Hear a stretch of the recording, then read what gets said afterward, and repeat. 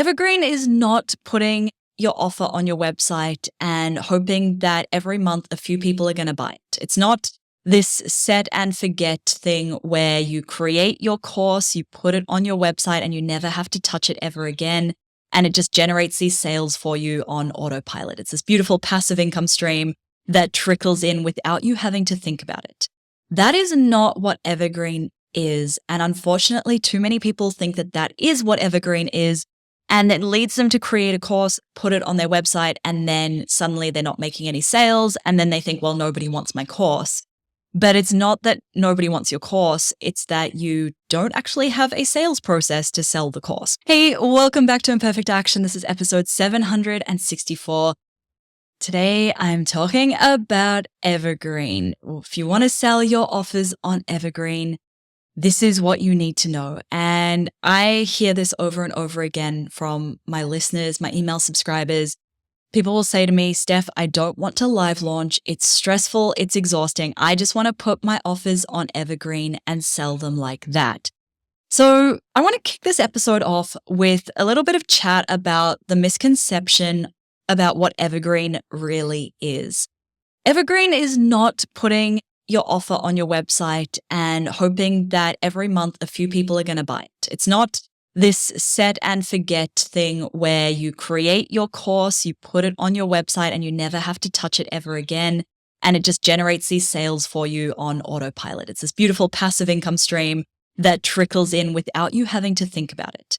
That is not what Evergreen is. And unfortunately, too many people think that that is what Evergreen is.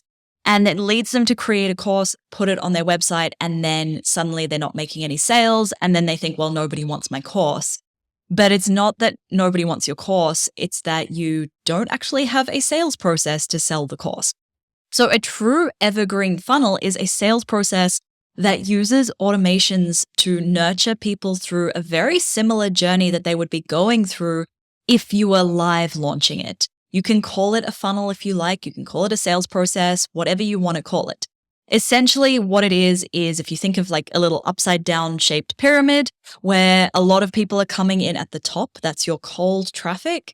And then people are moving through this journey, and at each stage, more people are dropping off until they eventually get to the pointy end, which is where a small percentage of the people who came in at the top are going to buy from you.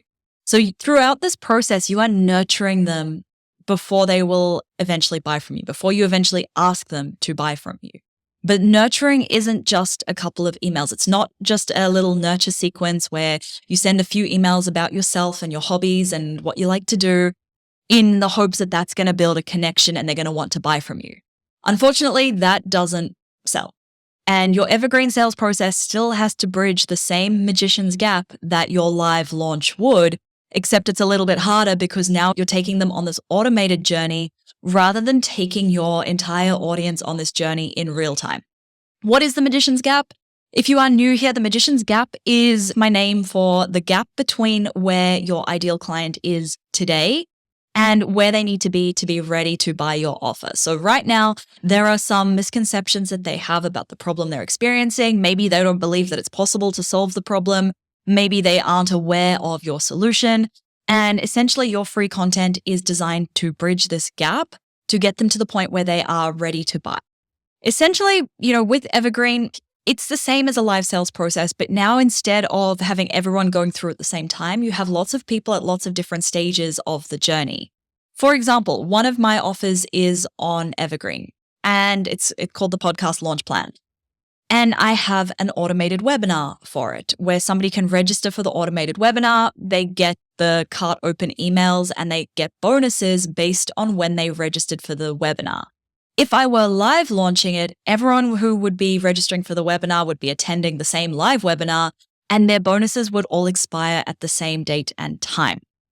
Or another example of an Evergreen sales process might be that somebody goes and gets your lead magnet. Then they get added into your nurture sequence, which is automated emails.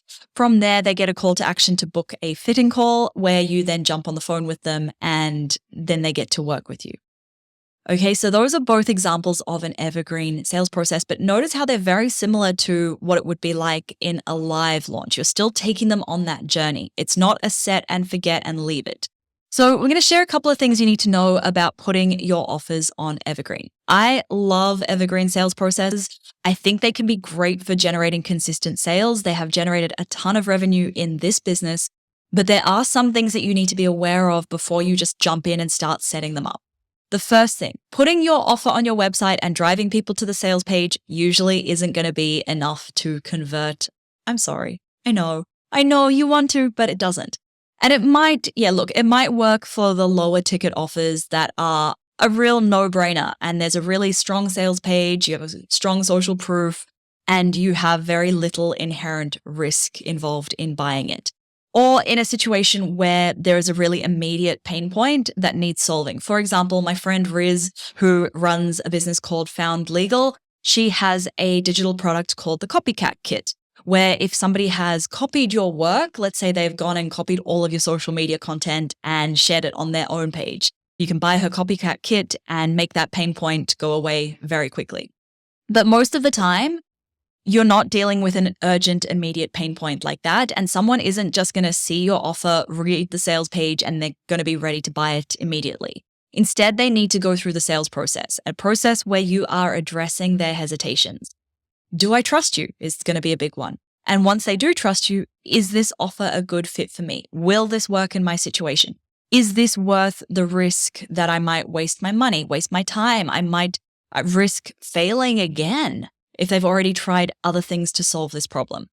When you live launch your offer a few times at the start, you can start to collect real intel about the hesitations that stopped people from buying. And then you can preempt it in your evergreen sales process. So when you go and set up that evergreen funnel, you already know they're going to have these questions, they're going to have these excuses, these hesitations. So let me address that in my recorded webinar, in my sales page, in my emails that are going out. The next thing to know, your evergreen sales process or funnel, whatever you want to call it, still needs to bridge the magician's gap like you would in a live launch. While in a live launch, you would probably spend 4 to 6 weeks or so sharing that free content, like maybe on a podcast. If you have a blog, you might be sharing it there. You're sharing that free content that's bridging this gap. In your evergreen sales process, you need to bridge it some other way. For example, a lead magnet, a launch-specific lead magnet. It needs to be really strategic, and you can put the kind of content in that lead magnet that is bridging that magician's gap if you design it strategically. Maybe you have a recorded webinar. So just like the same as a webinar that you would teach in a live launch, it's not about trying to demonstrate how much you know, and it's not about trying to deliver so much value that they're like, oh, this is so valuable, I have to buy it. Instead, it's there to bridge the gap. It's there to bridge that magician's gap. And I know to you as the expert, that doesn't feel like valuable content. Believe me, to the person who is watching, to your ideal client, that is super valuable content. To you, it doesn't because it feels so obvious. You don't realize that other people don't know that. But to them, it is super valuable. Another place you can bridge that gap is in your email sequence. So all of your email sequences, actually. So the nurture sequence that they get after downloading your lead magnet, in the emails leading up to the automated webinar time session that they registered for, the cart open emails, so the emails that they get after their webinar session. So while the live element of the Evergreen launch isn't there, and it might be less stressful because you aren't having to show up live and deliver that webinar live, you still have all of the same components. Plus, you also have the added tech nightmares that can come with duct taping together all of the automations that keep it running. So it's not necessarily easier than a live launch. The next thing to know is that you still have to drive people to the Evergreen funnel. Okay, so if we think of that funnel as the little upside down pyramid where the pointy end is the people who buy and the top end, the widest part, is the new people who are coming into that funnel, you still need to be filling up that funnel with people. You still need to be driving people into it, which means that you still need to be sending emails to your list to get them into the top. You still need to be running paid ads or doing podcast interviews or guest speaking or teaching to others' audiences showing up for your audience. They're not just going to magically come across your evergreen funnel and boom, it's done. You still need to be getting it in front of people. And when you are live launching, what I like to think of live launching as is this little sprint where I'm showing up with full energy for a really limited period, and then I can chill for a bit. Whereas with Evergreen, you need to make sure that it's in your marketing calendar to regularly be sending people into this Evergreen funnel. Otherwise, they won't just find it and then convert. The next thing to know, setting it up and getting it dialed in can be quite a long process. And you do need to be tracking the numbers from your Evergreen funnel. You need to be looking at them ideally weekly, but at least once every 2 weeks, especially if you are running Facebook ads, because when you are running Facebook ads, the costs can shift pretty quickly and the funnel can go from being really profitable to running at a loss very, very quickly. So you want to be looking at that all the time. We want to know, how many people did we get into the funnel, into the top of this funnel this week?